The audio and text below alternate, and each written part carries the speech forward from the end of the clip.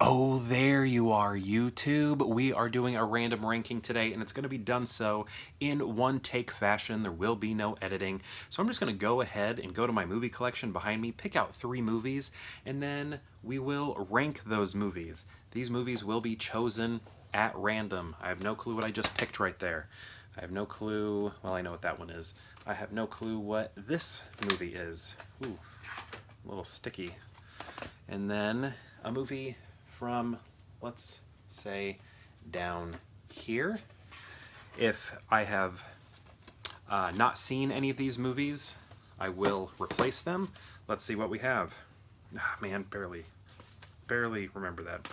Okay, LA Story. This is the one I was saying I barely remember, but actually it's all just kind of coming back to me now. It has a weird sci-fi, supernatural, mystical, religious or something element to it. Basically, there's like this light up billboard that speaks to Steve Martin. I can't remember what it's telling him, messages on maybe how to lead his life or something like that. And he sort of follows the billboard's suggestions. Is that right? Sarah Jessica Parker's in it. I remember that too. But yeah, I've only seen this movie once, so who knows what's going to happen there. Club Dread, part of the Broken Lizard comedy film group. This one has Bill Paxton in it. May he rest in peace. It is very funny. I don't think it's my favorite. What is my favorite, though? This one's really good. You know, Slammin' Salmon's really funny, of the Broken Lizard films. Beer Fest is really funny. I don't know. I mean, this one's great. Super Troopers, I like the beginning, but then I just sort of start caring less and less, and I never saw Super Troopers 2. What are some other Broken Lizard films? I feel like I'm missing some. Beer Fest, Slammin' Salmon, and then this one are probably my favorite. I don't know. But anyway, this is a very funny movie, and it's like a horror film. Horror comedy movie. Very good. And then classic James Dean, Rebel Without a Cause. Saw this, my aunt showed me this. She was really in love with James Dean for a while. Maybe she still is. I remember she had posters of him on his wall. She went and visited his grave, which I believe is in Indiana. Is that right? Am I correct in saying that he is buried in Indiana? But yeah, this was like probably one of the first black and white movies I ever watched, or maybe probably not watched, but like rented. Did we rent it? Maybe she already had it. I don't know. It was like one of the first black and white movies that was like, hey, we're going to sit down and watch this black and white movie. I'm trying to think of why I'm afraid to call this the first black and white movie I ever saw. I think it's because we had a black and white TV growing up. When I was growing up, for some reason, we still had a black and white TV. I remember when they used to sell black and white TVs in stores. I guess I'm that old. But they were like tiny ones, like ones you were supposed to put in your kitchen or something. It was like people would put black and white TVs in their kitchen.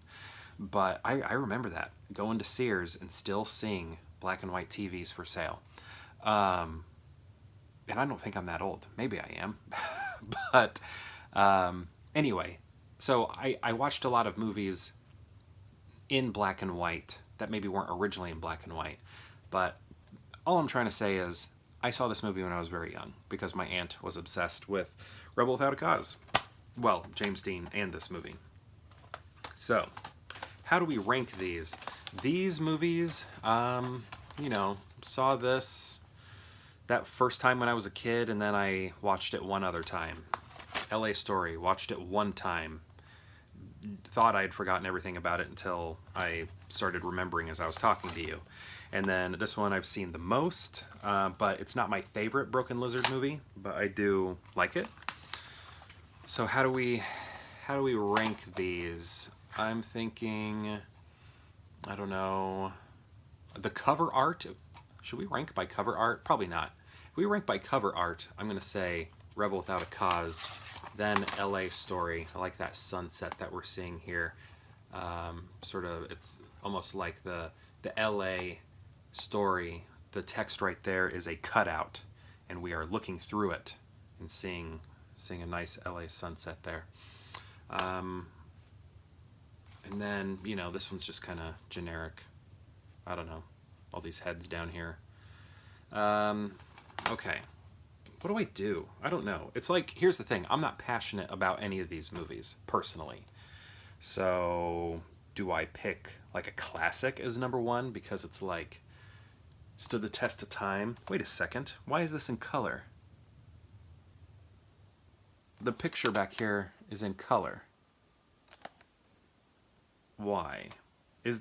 I've only seen this movie in black and white. I'm positive it is a black and white movie, but I don't think this is the color version. Perhaps they just did this for the back, but why would they do that? I don't know. So, okay, again, not heavily passionate about these films myself. You know, I think I'm going to go LA Story last, though, even though I like that cover. And, you know, the concept is very unique and interesting and kind of cool that it's sci-fi fantasy-ish. Because I wasn't expecting that when I first watched it. That was all kind of fun. But I just don't, you know, I don't know. I like that it's a unique story, but I also don't care. Sorry, Steve Martin and Sarah Jessica Parker and other people who are in it. Club Dread is really funny, you know, but who cares? You know, Rebel Without a Cause is fine. It's good, very good, but right now, if somebody said, let's watch a movie, one, because I'm really tired, I'd pick this, because I wanna laugh and, you know, laugh at jokes. So, today I'm gonna say Club Dread is better than Rebel Without a Cause. So, yeah.